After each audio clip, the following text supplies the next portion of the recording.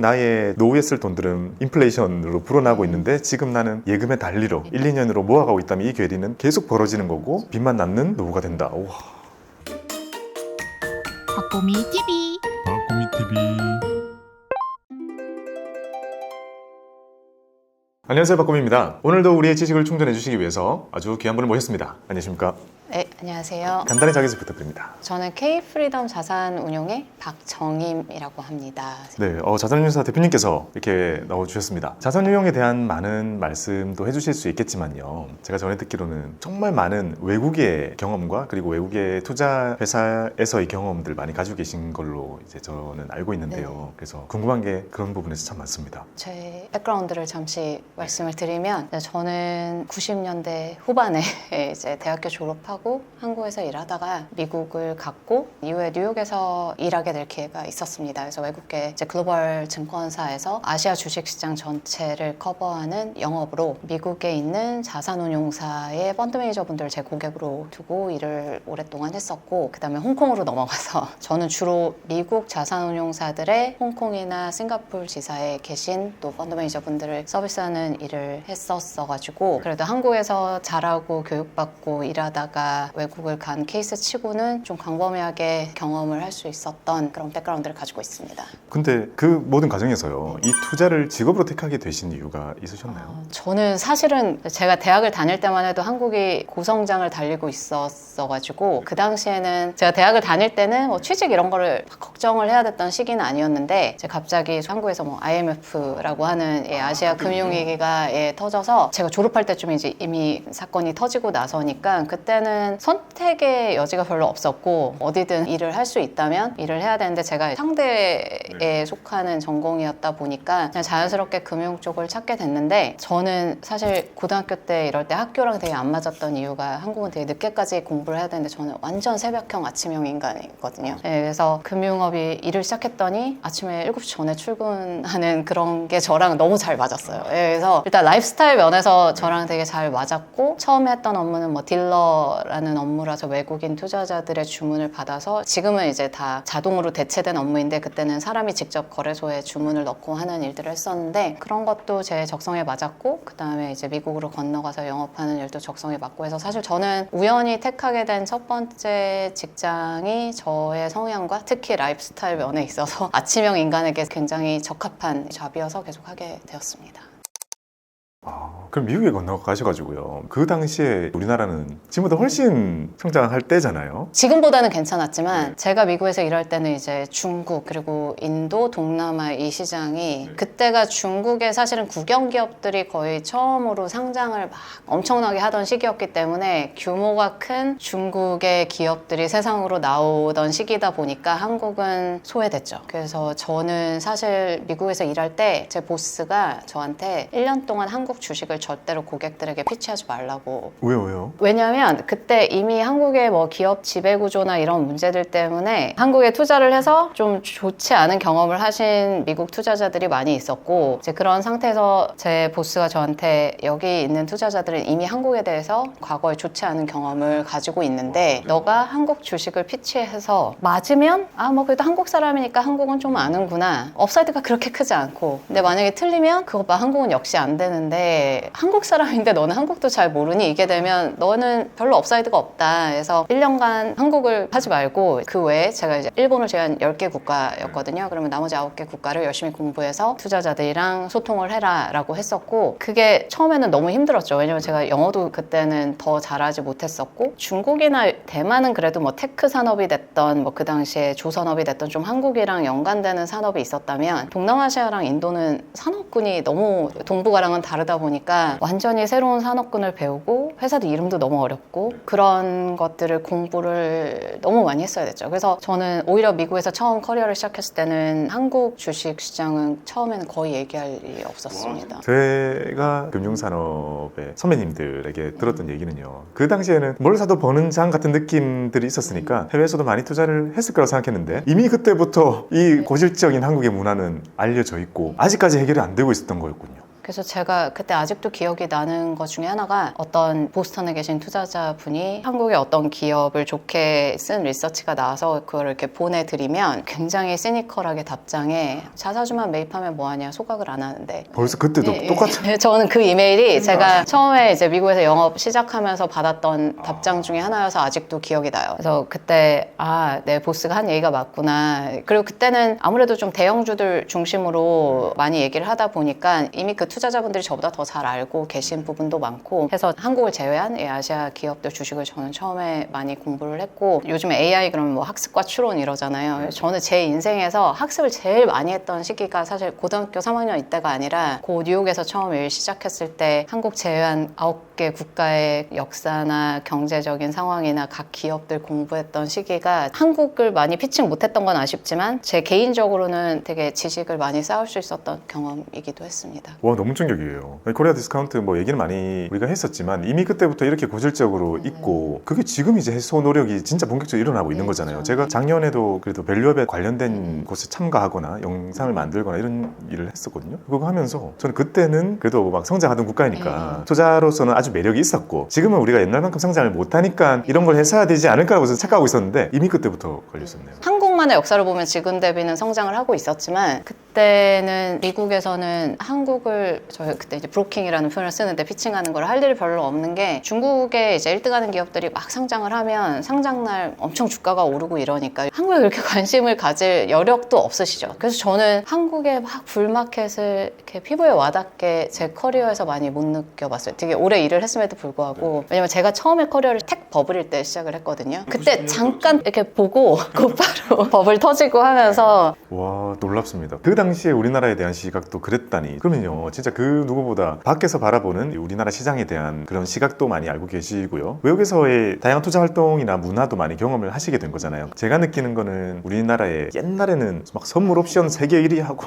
그 다음에 테마주만 하다가 그 다음에 레버리지 인버스만 하다가 막 이런 게 반복이 되어 왔는데 모두 사실 도박성이 짙은 것들이었잖아요. 그러다가 도박개혁 운동이 이렇게 크게 일어나고 나서는, 끝나고 나니까 사람들이 올바른 투자나 자산 관리 개념이 이제 안착했다고 생각을 해요. 여전히 도박성 짙은 분들이 많지만 저희 채널 봐주시는 분들이나 올바른 투자, 장기적인 관점에서의 투자가 좀 많이 생기고 있는 것 같다는 느낌이 들거든요. 외국에서의 금융문화, 우리가 흔히 착각하기로는 외국 사람들은 다 잘할 것 같고 다 체계적일 것 같고 도박 안 할 것 같고 뭔가 그렇게 느낀단 말이죠. 실제로 외국에서 느끼신 외국의 금융 투자 문화 어땠나요? 저도 사실 이제 뉴욕에 살다 온 게 되게 오래돼가지고 요즘에 미국은 어떤지 잘 모르겠지만, 이제 그 당시에 제가 받았던 약간의 차이에서 오는 충격들은, 하나의 에피소드인데, 제가 미국을 갔을 때는 한국에 퇴직연금 제도가 없었어요. 아예 없을 때죠. 네, 저도 금융 문맹이었죠. 뭐 사실은 대학교 졸업해서 아무도 그런 교육을 해주지 않았으니까. 그래서 미국을 갔는데 제가 일했던 그 층은 이제 미국 뭐 세일즈, 유럽 세일즈, 라틴 아메리카 세일즈, 호주 세일즈, 뭐 아시아 세일즈, 일본 세일즈 다 같은 층에 이렇게 있거든요. 그러니까 정말 오픈된 거에 많은 사람들이 같이 일을 하는데, 금요일 오후였어요. 인사팀에서 제 보스한테 전화를 해서, 너네 팀의 정인 펄기라는 애만 지금 퇴직연금에서 펀드를 선택을 안 했으니까 빨리 선택하라고 얘기를 하라고 한 거예요. 그 저를 이렇게 부르더니 제 보스가 빨리 이거 하라고. 그러니까 보스는 제가 이걸 알 거라고 생각을 한 거예요. 그러니까 너무 자연스럽게 아무렇지 않게 했는데, 제가 아직도 그 순간이 기억이 나는 게, 사실 창피한 순간인데 모르니까 창피하지가 않잖아요. 그래서 제가 What is that? 그랬어요. 그게 뭔데? 그랬더니 그 주변이 정말 5초간 침묵.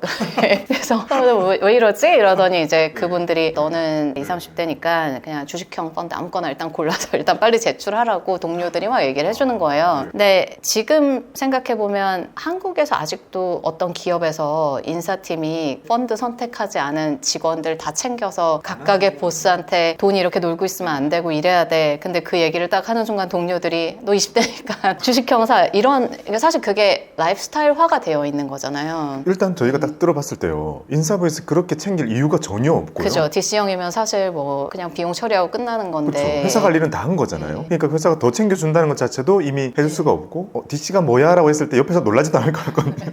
그렇죠. 그래서 그게 20년 전 얘기니까, 미국은 그때부터 사실은 일반 직장인들이 최소한 퇴직연금은 자본가로서의 삶을 살 수 있게 회사 차원에서 굉장히 많이 신경을 써준 거였고, 물론 뭐 제가 일했던 환경을 일반화할 수는 없지만, 그 당시 제 친구들도 보면, 저는 친구들이 금융에 일하지 않는 친구들도 많았는데, 보면 뭔지는 잘 몰라요. 그거는 아까 말씀 주신 대로 뭐 한국이나 미국이나 큰 차이는 없는 것 같아요. 금융교육이 막 어렸을 때부터 엄청 철저하게 되진 않으니까. 근데 사회적인 차원에서 회사에서 기업적인 차원에서 시스템적으로 그게 맞다는 걸 알기 때문에 그러니까 자본가가 되지 않으면 자본주의에서 부익부 빈익빈은 점점 자본가와 근로자는 벌어질 수밖에 없다라는 자본주의 원리잖아요. 그러니까 근로자들도 자본가의 삶을 살 수 있도록 기업적인 차원에서 굉장히 신경을 써줘서 그래서 저는 미국이 중산층이 되게 공고하다고 생각을 하고 그 미국의 퇴직연금 제도로 은퇴할 때 뭐 밀리어네어들이 계속 생겨나는 이유라고 생각을 하고 두 번째는 이제 과도하다 싶을 정도로 상여금의 많은 부분을 회사 주식으로 주고 못 팔게 하잖아요. 아, 그런가요? 네, 그래서 제가 요즘에도 한국 기업들 만나면은 저는 사실 밸류업이 과거 대비 한국의 밸류업을 하고 이게 다 좋은데 저는 한국에서 얘기하는 밸류업 중에 굉장히 중요한 스테이크홀더 중에 하나인 직원이 빠져있다고 개인적으로 생각을 하고 있거든요. 그러니까 대주주와 뭐 소액주주의 이해관계를 같은 선상에 두게 하는 어떤 장치들이나 다 좋기는 한데 그렇게 해서 주주도 부자 되고 회사도 부자 되는데 직원들은 빠져있을 수 있잖아요. 좀 그런 편이죠. 그래서 그 직원들이 이 회사의 주인이 될 수 있게 해주는 그런 제도들이 이제 미국에는 잘 되어 있다 보니까 사실 미국의 많은 근로자들은 원하던 원하지 않던 퇴직연금을 통해서 자본가가 되고 그 다음에 회사의 주식을 가지게 됨으로써 또 자본가가 되고 그래서 제가 그때 뉴욕에서 살 때는 농반 진반으로 난 정말 현금이 없다 그랬어요. 왜냐면은 퇴직연금 나가죠.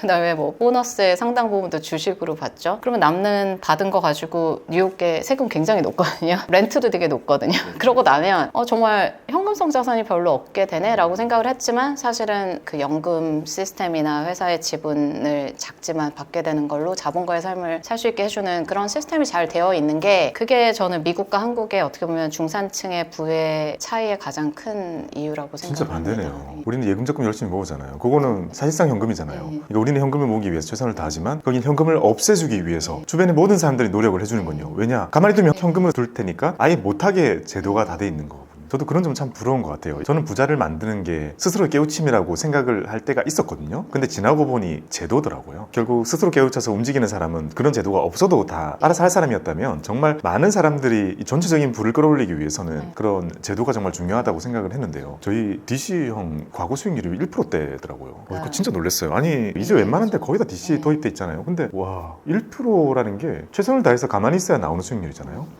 그래서 제가 그거를 되게 조금 더 이론적으로 막 설명을 해드리기 위해서 연금이니까 원금 보장에 있어야 되라고 생각하시는 분들에게 항상 금융 우리가 얘기를 할 때 나의 자산과 부채 듀레이션이라고 해서 기간이 일치를 해야 되는 거잖아요. 한국에 예전에 있었던 소위 그 IMF 사태가 됐던 미국의 몇 년 전에 어떤 지역 은행이 도산할 뻔한 그런 사태가 됐던 보면 결국 자산과 부채의 듀레이션을 맞추지 않았기 때문에 문제가 되는 건데 연금이라는 거는 나의 자산으로 있지만 내 소득의 10%를 이제 연금에 붓는다고 치면 현재 내가 현금으로 가지고는 있지만 내가 지금 쓸 게 아니라 미래에 내가 쓸 거니까 현재 내가 미래의 나에게 가지고 있는 부채잖아요. 부채로 생각하자. 그죠? 왜냐면 지금 나에게 있지만 내 돈이 아니고 미래의 나의 돈인 거니까. 네, 언젠가 내줘야 되는 돈. 네. 그러면은 연금은 장기 부채잖아요. 나중에 쓸 거니까. 그렇기 때문에 장기 자산에 투자되어 있어야 되는 거거든요. 그래야 듀레이션이 매칭이 되는데 한국은 이게 다 원금 보장형 언제든지 꺼내실 수 있는 단기 자산에 들어가 있기 때문에 이 단기 자산은 말씀 주신 대로 매년 1.5에서 뭐 2% 지금 성장을 하고 있는데 나의 미래 연금의 이 부채는 인플레이션 이상으로 늘어나잖아요. 부채가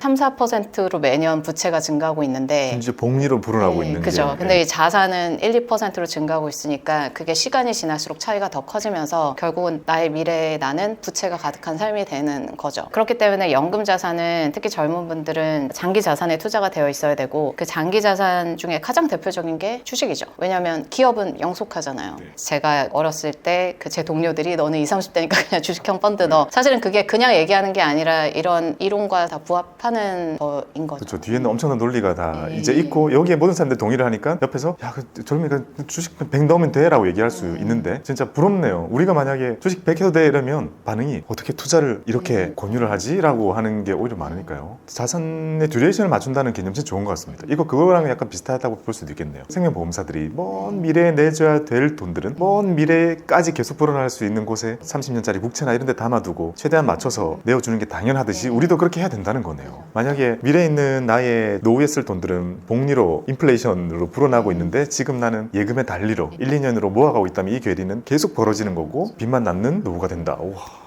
그래서 내 나이가 만약에 어리다면 어느 자산군에 더 많이 투자되어 있는지는 너무 명백하거든요. 근데 이제 한국은 그 변동성을 못 이기니까 마이너스가 되는 순간을 도저히 못 보니까 그래서 원금 보장형에 있는데 그런 이론적으로 접근하면 정답은 딱 나와 있죠. 그럼 이론을 저희가 만약에 공부도 많이 하고 요즘에는 유튜브도 많고 저 같은 사람도 많이 생겨 있으니까요. 오히려 투자에 대한 당위성 이런 거는 좀 더 느끼는 것 같아요. 근데 제가 궁금한 거는요. 외국에는 이런 게 깔려 있고 많은 사람들이 실행하고 있다면 여전히 투자를 안 하고 있던 사람이 회사에 들어와가지고 자기는 DC나 이런 것들로 첫 투자를 경험하는 사람도 많을 것 같거든요. 그런 사람들이 마이너스를 봤을 때 그 사람들의 반응이나 그런 거는 근데 어떨까요? 저는 그 퇴직연금 계좌를 제 동료들도 아무도 안 들여다봐요. 아무도 안 열어본다? 예. 그게 답이군요. 그거는 나의 미래에 대한 거기 때문에 그래서 요즘에 한국도 몇 년 전부터 TDF나 이렇게 더 안 들여다볼 수 있도록 시간이 지남에 따라 이제 채권과 주식의 자산군의 배분을 해주는 그런 것들도 생겨나잖아요. 그러니까 안 들여보는 게 정답이라는 걸 굉장히 많은 사람들이 알고 있고 그러니까 자동으로 심지어 조절해주는 그런 서비스까지 나오는 거라고 저는 생각을 하고 있습니다. 우와.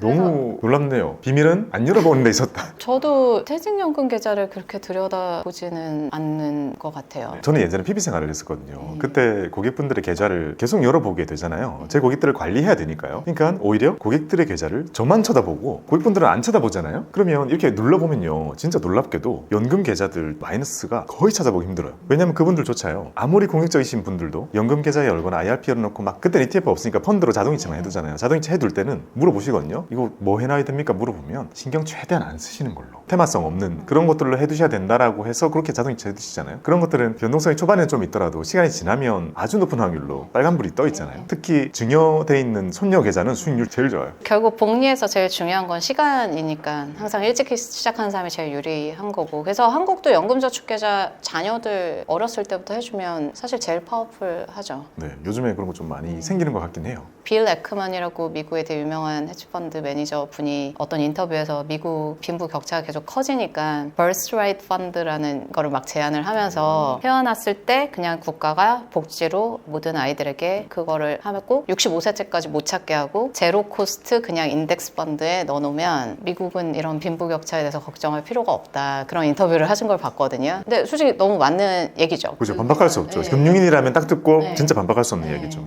와, 진짜 그걸 만들기 위해서 퇴직연금 제도도 만들고 나중에는 하도 투자를 안 하니까 디폴트 옵션까지 가지고 와서 투자를 그렇게 만들었잖아요. 저는 되게 아쉬운 게요, 개인적으로요. 제가 PB 생활을 할 때 DC 계좌가 적극적으로 도입되던 시기였어요. 저는 2010년대에 일을 했으니까요. 지금 우리가 아는 진짜 큰 대기업들이 도입을 할 때였거든요. 근데 대부분의 직원들이요, 본인이 뭘 하고 있는지 모른 채로 제도가 일단 먼저 도입이 됐어요. 그거는 좋았다라고 생각해요. 일단 회사 차원에서 다 도입을 한 거죠. DC 계좌가 정말 많이 생겨가지고요. 관리자로서 할당을 쭉 받았습니다. 다 현금인 거예요. 제가 전화 드리면 그냥 잡상인 저 대우증권인데요. 저 그런 거 안 해요. 아니 본인이 지금 DC 계좌에 수천만 원 현금으로 있고요. 주식 계좌에는 500만 원 가지고 하루에 10번씩 사고 팔고 있는 거예요. 그래서 제가 그거를 다 전화 드렸는데 결국 한 명도 바꾸지 못했어요. 그래가지고 나와서 이게 진짜 중요한 건데 라고 생각했을 때 디폴트 옵션이 도입이 되는 거예요. 늦게라도 디폴트 옵션이 도입되면 그래 내가 저렇게 전화 안 해도 조금 되겠지 했거든요. 근데 디폴트 옵션에 예금이 들어있던데요. 그러면 소용 하나도 없는 거잖아요. 그래서 저는 평생 예금과 싸우고 있는데 한 번도 이긴 적이 없습니다. 예금이랑 싸워서 이겨본 적이 있어요? 한국에서 되게 힘든 것 같아요. 저는 이제 펀드 매니저 일도 하니까 기업 방문을 가면 처음 만나는 기업들은 왜 이런 질문을 하지 이제 생각하시는 분들이 계신데 제가 IR 분들한테 저희의 퇴직연금 제도는 어떤 제도인가요? 회사가 이거에 대해서 교육을 많이 해주시나요? 그다음에 담당하시는 분은 이거를 적극적으로 운용하시나요? 이런 걸 여쭤봐요. 되게 신기하잖아요.